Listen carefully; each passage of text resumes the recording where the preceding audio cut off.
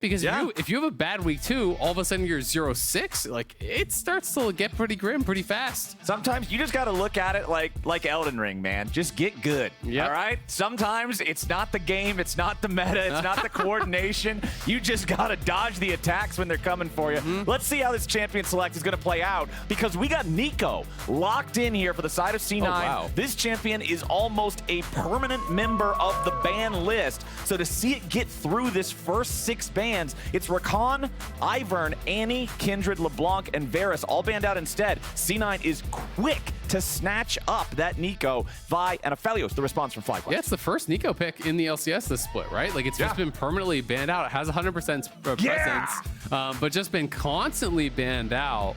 Alongside Vi, which also has 100% presence, Cassante, Emilio as well up there, at least coming in today. These stats that were correct. So, you know, Neeko going to be coming out. We'll see what exactly the plan is to actually deal with it from FlyQuest, because giving it through, it can be interesting. Sometimes when things are like this permanently banned, people don't even practice them anymore. Right. Because like, well, I'm never going to get to play it anyway. So then sometimes it does slip through and the person actually isn't very good on it because they haven't put in any games to practice. So I'm going to be interested to see just how comfortable EMENES is. I think we're still just getting League of Shiv, right? It feels like that is what we're getting across the board. All the games today have just been like, which team can build more Shivs? Okay, you're winning. Kennen top Shiv has become really common. I've been seeing Shiv on Neeko. You're seeing it, you know, on ADs. You're seeing it on top laners. You're seeing it on melee champs, range champs, pretty much everything. So it'll be interesting to see exactly what the builds are going to be and how they're going to be able to play it out. But I mean, the biggest thing about Neeko to me that is really, really egregious is just the fact that when she is transformed, you cannot see her casting the ult. And that is the biggest problem. That is why this champion is so difficult to play around. It looks really funny when you're watching on the spectator clip, but I even saw a clip, I think it was Caps versus Niski in the LEC, where people were kind of, you know, roasting Niski a little bit for like dying to Caps, who's walking back and forth on this melee minion. But the thing is, every time they walk forward, even though you know it is like, it's not actually a melee minion, you know it's Neeko, you have to walk back. Because if they walk forward, you can't tell if they're casting their ultimate or not. Right. And if they actually do catch you with the ultimate in the full combo, you can get literally 100-0 by this champion. And this ultimate, remember, in the update to Neeko, it's no longer the shield on ultimate cast. Instead, you get that knock-up that guarantees the damage is going to hit you after, so it's harder to escape without having that instant reaction time. So we've got the Azir and the Kennen locked in for the 2 squads here. Nocturne also picked up for C9. Bans have gone through in the second half already with some marksman-focused Lucian and Ashe banned away by FlyQuest. C9 getting rid of a couple frontliners there with the Alistar and the Malphite banned away. FlyQuest willing to lock in their top laner here with that Renekton going up against the Kennen. Now C9, we got to see those 2 bottom lane champions. What's it going to be? Nautilus could be nice to aid with the engage that you would want to see coming out of Kennen and Nocturne. Yeah, absolutely. You know, he's going to give you that guaranteed engage. A couple of backliners, you know, there are those hyper carries over on the other side. It looks like it, you know, it is going to be the Aphelios, it is going to be the Azir, so prime targets for them. Nautilus Kaisa is a little bit of a throwback, but it's coming back into fashion. You know, we actually just saw earlier today, played in mid. A lot of people are playing these kind of hybrid builds once again. This is going to mean that they are very heavy AP if it is the AP Kaisa build, which has become so popular. You know, I've been seeing a lot of just like Shiv and Nashers, like these types of builds where you do get the upgraded W and you're doing a lot of poke, you do still have that burst. But if it's not like a pure AD build and it is that style, then that basically means like 3 of their carries are all AP. Well, the nice part for them in respect to that is when you look at FlyQuest, you know, there's not any true tank on this squad. It's 2 bruisers, 2 carries, and Thresh. So, yeah, you're going to get a little bit of value early, potentially out of stacking some Mercury Treads or something like that. But once we get to the point where you're having those full 5-on-5 team fights, I don't see anybody really stacking these meatball MR items. Yeah, it'll be interesting, right? You know, if I'm Renekton, though, in a game like this, you know, maybe you do go for a tank mythic and you start building up some MR, right? You can just go like Black Cleaver tank or Blade of Ring King tank. You can do those kind of builds. I also do think things like Ma, like Hexdrinker really do start to gain a lot of value as well.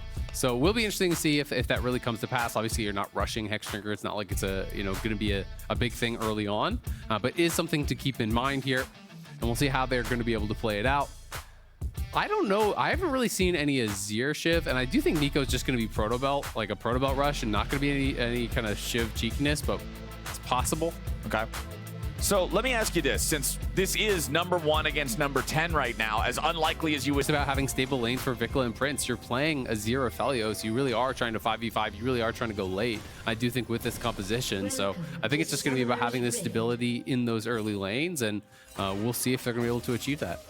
Alrighty, cleanse on both of our AD carries here this game. Both of them respecting the CC that comes out of the other side. Ignite for Zven's Nautilus. Exhaust for the Thresh of Vulcan. Everybody else, summoner spells matched across the roles. 4 teleports. Again, in the post-mid-season update world, it's easier to get more of those big fights earlier just because a lot of the times the teleports are unleashed in time for the second Drake fight. So especially if you have 2 teams that have that bot focus or want to focus on stacking those up nice and early, that attention could be drawn down there. But especially with a champion like Renekton up here on the top side with a jungler like Vi, I'm hoping to see a little bit of action from FlyQuest around that. Yeah, I mean, I think both top and bot are lanes that you really can look to attack. Of course, there is cleanse on Berserker, so that makes things a little bit more difficult. But Thresh Vi, really strong ganking duo, could look to roam towards mid, could go up towards top. So there are a lot of options for them and pretty good gank setup. Surprised Impact didn't want to kill that off. A lot of times when people drop a ward level 1, they'll just skill W and just auto and then W, and you can instantly kill that ward. But perhaps not wanting to skill the W or thinking he's going to take too much of a chip damage there if he, in fact, does.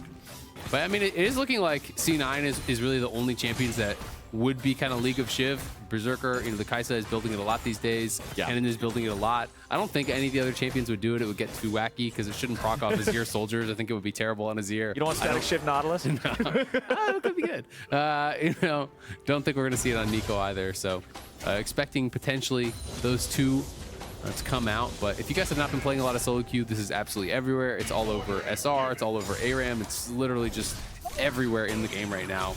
And it is pretty annoying to deal with. It's a lot of poke damage. It does have a really large one-item power spike. And it's kind of just really frustrating to deal with for the wave clear as well. You know, it becomes very hard to siege on some of these champions when, you know, later on, the wave is just getting like one-tap practically. You know what it reminds me of? And I know for a lot of people watching and playing the game today, they weren't playing back in 2010 or 2011. But back in the early days of League of Legends, when Riot really was a small indie company, and this was just a small game, and there wasn't just this incredible proliferation of knowledge as soon as something is discovered, there were really broken items that went undiscovered for a long time. And if you played against somebody who actually knew what was up, you'd feel like you got turbo stomped because this item combination was just extremely powerful. Shiv reminds me of those old school days of just like the dark magic of League of Legends, where some of these items... Sunfire Cape Garen, just exactly. burning your whole team to death and stuff. It's just a little bit wacky, but it's been a roller coaster here watching the adventures of Shiv over the past few days. Spica has made his way into the bot side tribe rush. Vulcan flashing forward into the play. Exhaust down on Berserker, who pops the cleanse, but now he's got to be careful because Spica's coming in. Dredge line to interrupt the Vault Breaker. C9 still disengaging. No flash spent from either one of their guys. Yeah, really well handled, honestly. You know, it is just the cleanse to get out, and they get 2 summoners off of Vulcan. They do, of course, get chunked, so this may mean Berserker, if he finishes the base, he's going to at least lose that 1 wave, very likely, so that can be difficult. But Blaber, you know, can move up on this top side, sees there's no camps to take. Nice little bit of pathing, though, from Spica. Pretty clever, you know, cues over the wall at that dragon pit, and then does get that wraparound play, but she's not really able to find that proper setup. And you can see Vulcan was kind of trying to wrap that hook around the Nautilus to actually catch Berserker after they had gotten out that cleanse, but wasn't quite able to connect. And they didn't feel confident that they could actually burst down Zven. So at the end of the day, it is just going to be that slight CS advantage that is established. You know, they deny some of the minions from Berserker. It's going to bounce back. So eventually, Prince should be a couple CS ahead. And EMENES completes his back in the mid lane, guaranteeing that he gets the timer that he wants, so that teleport will be used. Vicla has already just teleported back into mid as well, so both of those being cast nice and early here. Nobody with any incredible buys, honestly, identical inventories for these guys almost. The only difference just being a pair of boots.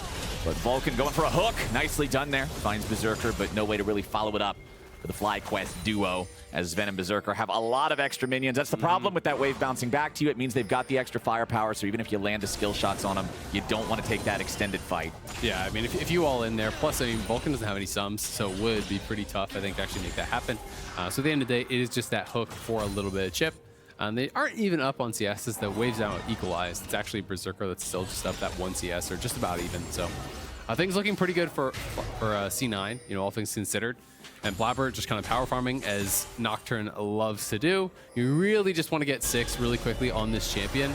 It looks like it is going to be Stridebreaker build. That is kind of by far the most common, I think, especially in competitive play. It's just so good. It is. It is really, really powerful. It helps to guarantee that you're going to land that tether fear. Because you ult in, you slow them down, you speed yourself up with your own Q, and you have that fear tether on them. It becomes very difficult to actually avoid that. And it allows you to do a lot of things. People even really like in competitive play just going anathemas, because then you don't have to be, oh, that sucks. Vicla's not too happy about that result there. The Emperor's Divide not scooping EMENES back. That's a pretty big cooldown, level 1. Yeah, I mean, you know, with those kind of plays, you're supposed to kind of guaranteed get the enemy mid laner's flash. Yeah. And then you're supposed to be able to rinse and repeat, but because he doesn't force that out, it's pretty awkward, and Vulcan even has to cover now. To be able to make sure they can actually get this wave pushed in, because he is in a little bit of an awkward spot. So multiple members coming from both teams in the area. But yeah, the Stridebreaker does really make it pretty powerful, especially in combination with the anathemas, because you don't have to be so far ahead of the curve of the game then, right? It just allows you to play the style where you dive in on the enemy carries. Nice flashing from Spica. Yeah, Spica going in there for the Q flash on Blaber, who drops the fear tether. Zven and Berserker engaging from below, and there comes the Pop Blossom, and it's first blood over to C9 and EMENES. Blaber still in the 1v1 against Spica. Here in the Drake pit, his Prince is chased away by Berserker. Blaber gets the kill in the 1v1 of Berserker, picks up another. FlyQuest are dropping to the ground, and Zven's burying them. It's 4-0 C9. They just won the game at 7 minutes. It took line and sinker. They got him there. Zven flashing in for that final kill. And Blaber, it's just a 1v1 fight in the Dragon Pit there. Gets a solo kill on Spica with 4 or 5 other people around. No one even interfered.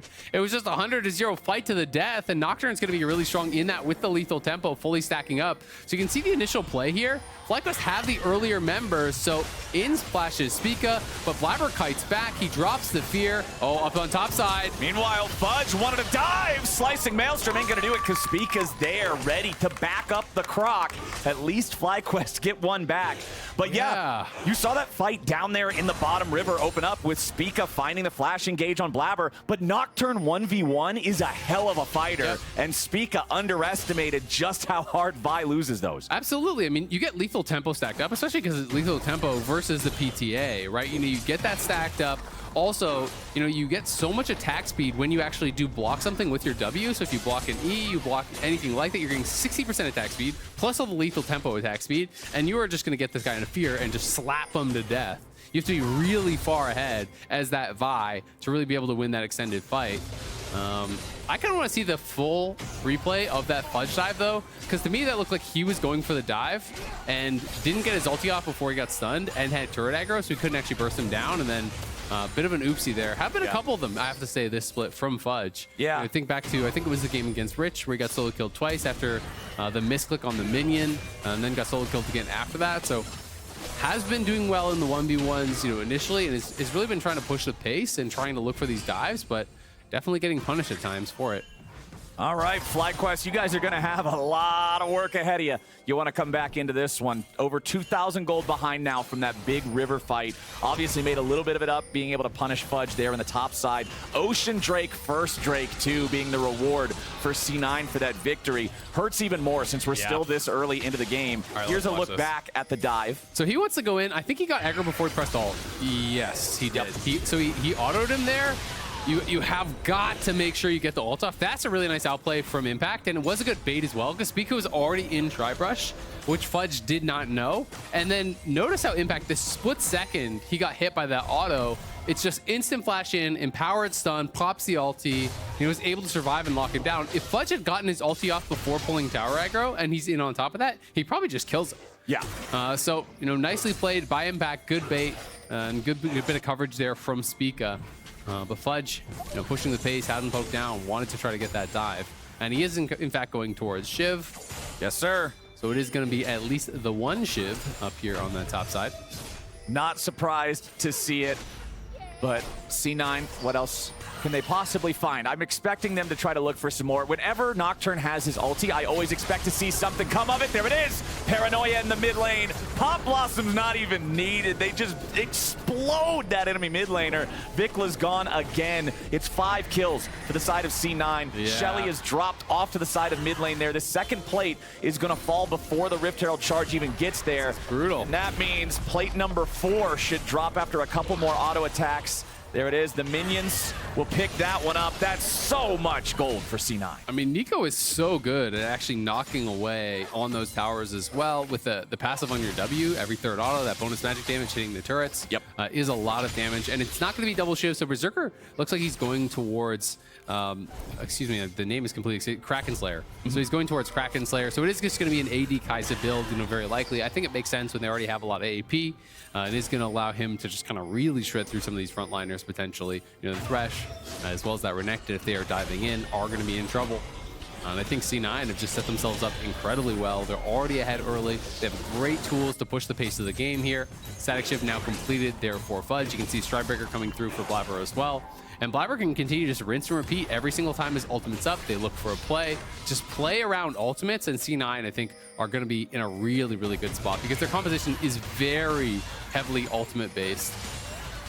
I'm very impressed just how much better Neeko's passive is now after that mini rework. Like, you can do some serious bamboozling with this thing now, whereas previously it was, Neeko's passive is funny, but it's entirely worthless unless you're playing against a guy who's a bot, right? Like, there's no way anybody's actually fooled by this. But these days, with the ability to possess so many different things, you saw the fake recall there in the river that ended up wasting a couple seconds of Spica's time. There's a lot of value that can be found in it. Well, and one of the things that's actually a really nice trick with it is that you can actually put your clone out, your W out into a brush and then press recall, and it starts recalling in the brush. And I believe it even makes it last longer, and it gives you vision in that area. So there's a lot of little vision tricks you can look for. Fudge in trouble again topside though. Spica ready to focus down that Kennen. Slicing Maelstrom gets sliced instead. It's Impact picking that one up, grabbing his first kill of the game.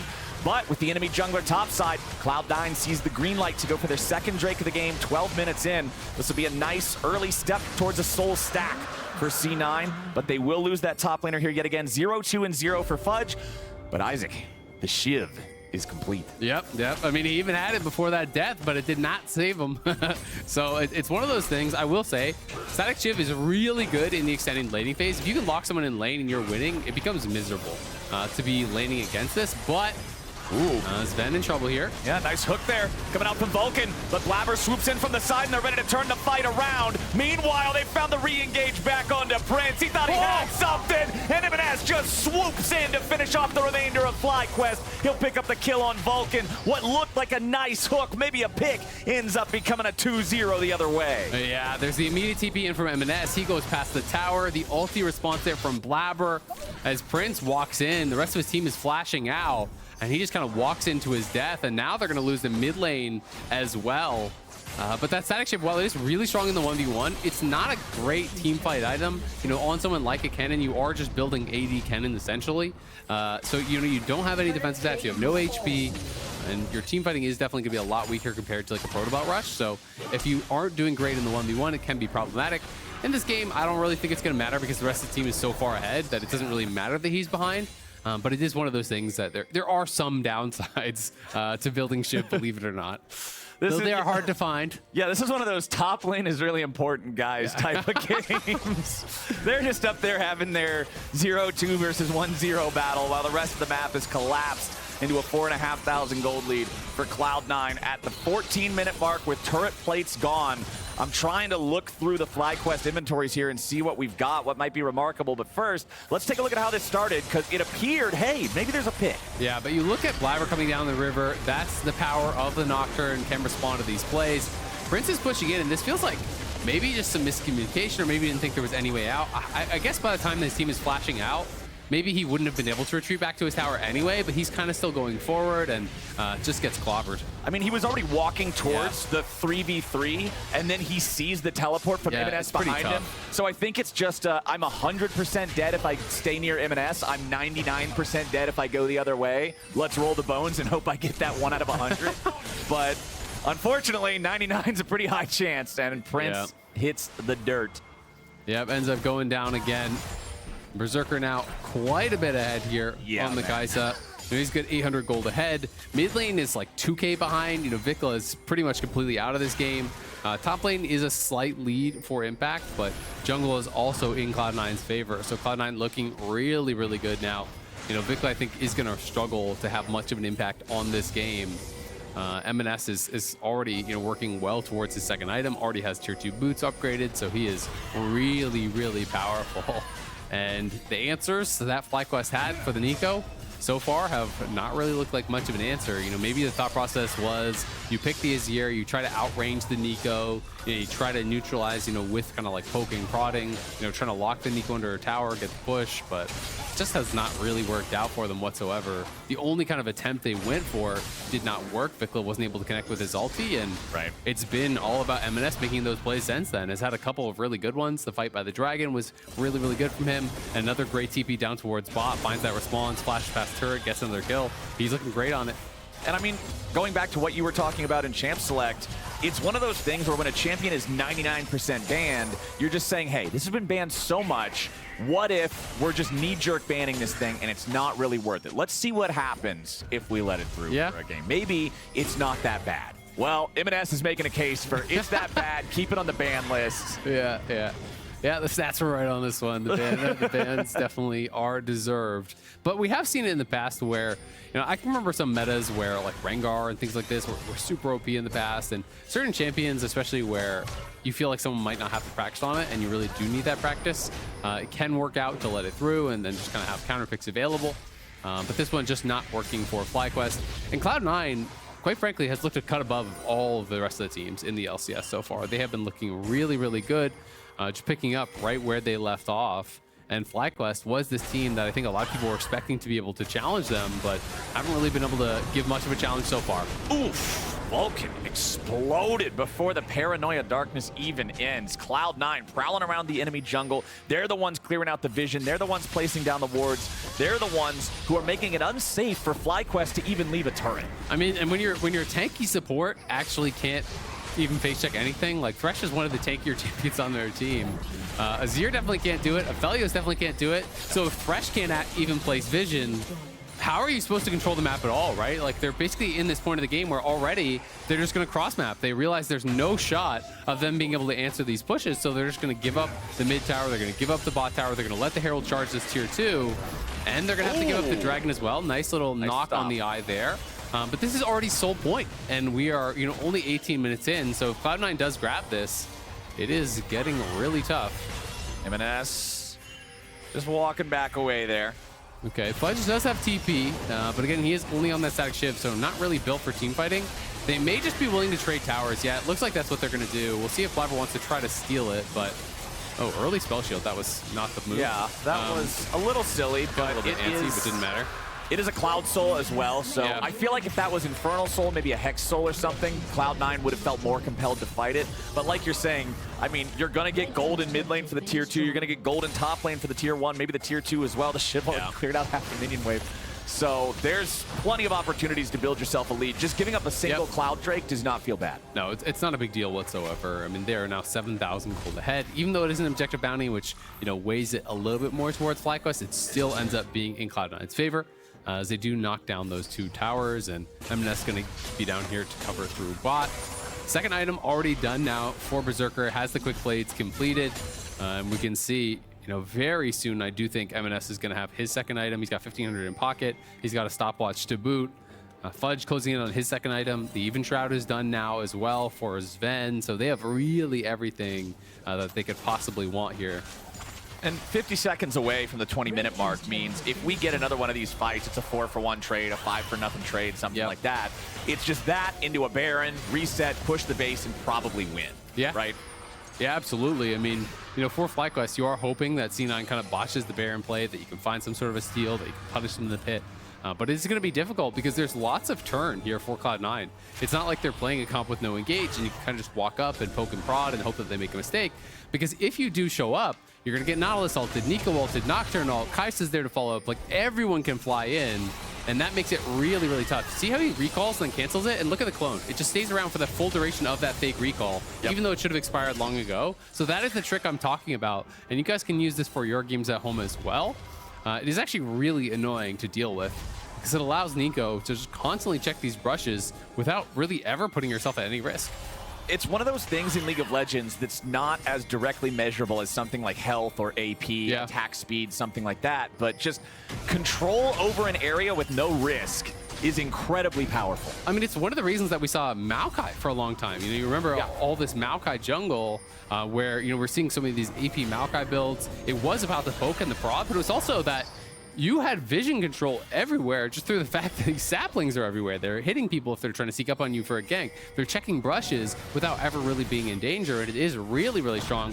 Cloud9, they're just starting up the Baron. Spica doesn't know it, but Zven is over the side. You can see TP coming in from the Neeko. He's on his second item now. It's already complete, and they have the stopwatch, and Kennen is wrapping around behind them, so this could go really bad. Zven already engages. They're looking for the burst, and they found Vicla. Look at the Kennen C9 minion. just immediately. Look at the Kennen minion. Azir. Pop off the 1-3. Double kill back over to Fudge. Everybody but Impact drops dead. A triple kill for the Lightning Rat, and C9 just mopped them up, man. I think we're going to get the ace right here. Impact wants EMENES, but he's not going to get him. Ace back over to C9. What was that Kennen minion doing there? EMENES on the long wraparound. He's transformed again, because when you are transformed, you can't see when the ulti is casting. This is the biggest problem with it. It looks so silly. And I think he even has less move speed because he's in Kennen. Like, he looks so slow. It is so funny watching that stupid Kennen just driving through the enemy jungle while they're fighting here. And the initial part of the fight goes like, okay, I guess for FlyQuest, like, hey, maybe there's some opportunities. But then right here, Flash, he has the proto belt as well. You can cast that all during the ulti channel as well, which makes it really, really powerful. And you can't see it until she actually transforms back into her like Neeko form or whatever, which is basically when you are getting knocked up. So there's not much of a chance to react. You know, when you see a cannon flash in, you kind of have to expect it, I guess. Yeah, it's but like, okay, let's run. It's not a normal cannon. But it is tough to play around. It's really, really tough to play around. And while it always looks silly when you're seeing these kind of plays from the spectator, when you were playing against Neeko, it is really frustrating because you can't respect everything your opponents are doing, right? So like anytime Neeko steps an inch forward, you can't just back up and still expect to be able to play the game.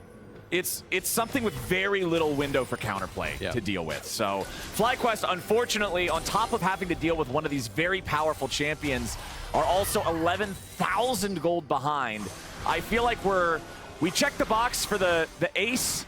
We checked the box for the Baron after, and now it's time to check the box for pushing in and winning, because C9's got everything they need to take this one all the way to the Nexus, I would have to think. There goes the ulti from Blaber to dive into the back. Wants to go after Prince first now, popping that Zhonya's to keep himself alive, so there's no re-engage immediately. EMENES did not find a target there with his Pop Blossom. FlyQuest doing a good job disengaging that one, but now C9's gonna back away. They'll head down to the Drake that's spawning just now. This will move them to Soul Point with that 12,000 gold lead. Yeah, at the end of the day, can't connect, but it is the flash off of Prince. You know, Blaber goes in, pushes them back, they finish off the tower. EMENES comes to follow up. Prince has to flash. If he's gonna get caught up to by EMENES, obviously he would die. So it is those summoners down for just the ultis from Cloud9. They take the tier 2, they grab the dragon, they're pushing out mid as well. They are looking really, really good to close out another game here, move to 4-0.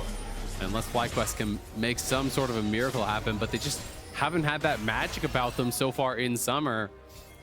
Games have really kind of just gone the way that they have looked, and they have looked very one-sided against FlyQuest for the most part, unfortunately.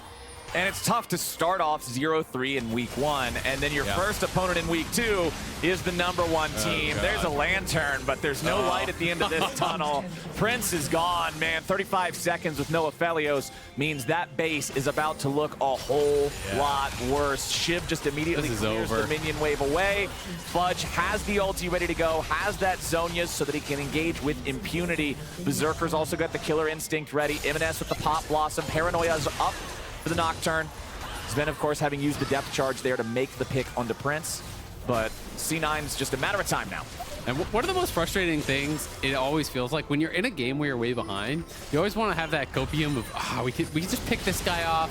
and then we could maybe come back. But it is going to be Fudge coming in here. Oh, no. Vicla, that is no. 2 for 2. Insult to injury. Vicla not going to be able to actually connect there.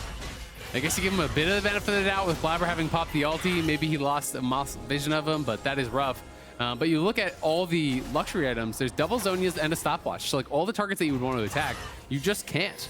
There's no real options here for FlyQuest besides trying to find these picks, and they just have not been able to make it work whatsoever. Spica has to fully retreat back into his own jungle. You can see that he was hanging around there, seeing if maybe there was a chance for a follow-up punish on Fudge for overstaying in bottom. But as soon as he sees EMENES, Spica knows that he cannot remain in that location. C9 moving back forward into the enemy jungle, clearing out some of that vision. You can see multiple control wards being placed down, getting rid of all that vision from FlyQuest so that Fly has no idea where these guys are. The Nocturne ulti is almost back up already here for Blaber. And you got to think that once that slicing maelstrom for Kennen also comes back online, that then they can just make their dive. Yeah, they absolutely can look for those kind of plays. I mean, everyone's going to have their flash, in principle not, right? And that is clearly going to be that target. That is going to be a misclick. Okay. Yep. All right, little bit of a whoopsie there. EMENES cosplaying the ward. It's all right. I think he was cosplaying Vicla on that one, actually. Oh. Oof. All right, here we go. Blaber going to pop the ulti. Just going to use it to actually get them to push back. Now he's going to go in on Prince. Dives after Prince. Blaber getting hooked back in by Vulcan. They want to try to engage here on the jungler. FlyQuest grabbing a kill there, punishing C9 for a little bit of a disorganized engage.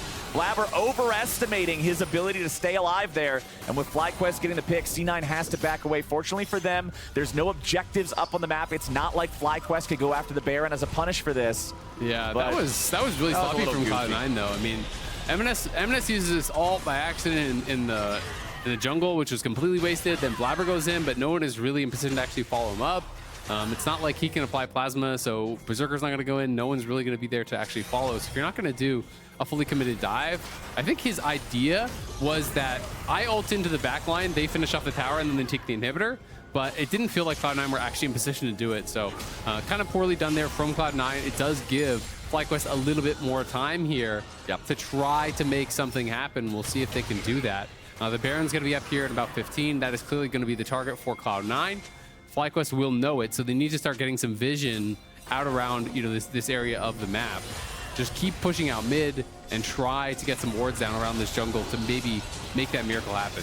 It's so tough for FlyQuest, though. Even ignoring how far ahead C9 is, you have to fight in these small chokes, these corridors, and when you do that against Kennen and Neeko, you're up against two massive AoE ultimates. Blaber with the engage on everybody, Berserker into the back, but he's going to be shuffled. He pops his own Zonias, Pop Blossom on 4, and EMENES just wins the fight for C9 right there. It's ace for nothing. GG. Nicely done from Cloud9. They get the perfect team fight there. Everyone's slowed down by this drive picker. That allows the rest of the squad to catch up. EMENES gets a 4-man ulti. And Cloud9 gonna clean this one up 28 minutes in. The minion wave is coming, so let's tank it up with the clone for now. And they're gonna move to 4-0 and push FlyQuest to a winless 0-4. Tough stuff for FlyQuest, but C9 gets another one in the win column. 19-4. They will absolutely clobber their rivals from Spring. Yeah, seemed like they were having a little bit of a for fun dive after the mistake in that top side. Looking for that dive around the bottom.